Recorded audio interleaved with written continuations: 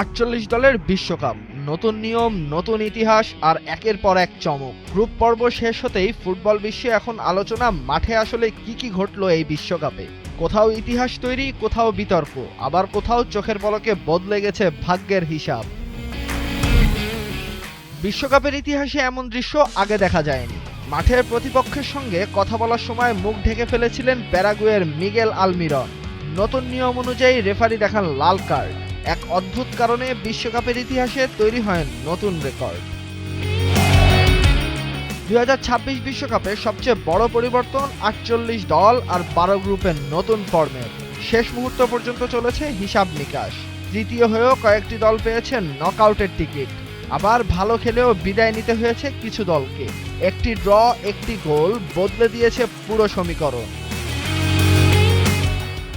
এই বিশ্বকাপেও প্রমাণ হয়েছে এখন আর ফুটবলে ছোট বড়র পার্থক্য আগের মতো নেই। বিশ্বকাপের মঞ্চে কম পরিচিত দলগুলো বড় দলকে কঠিন পরীক্ষায় ফেলেছে। যাদের কাছ থেকে কেউ বেশি আশা করেনি তারাই করেছে সবচেয়ে বড় চমক। মেসি, রোনালদো সহ অভিজ্ঞ তারকারা যখন নিজেদের শেষ বিশ্বকাপের মঞ্চে, তখন প্রতিটি ম্যাচ হয়ে উঠছে ইতিহাসের অংশ।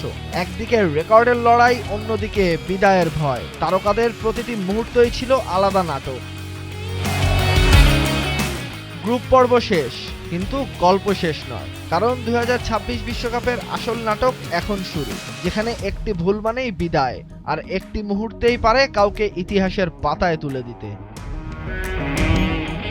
তাহসিনুল বাকি ফাহিম, ভোরের কাগজ।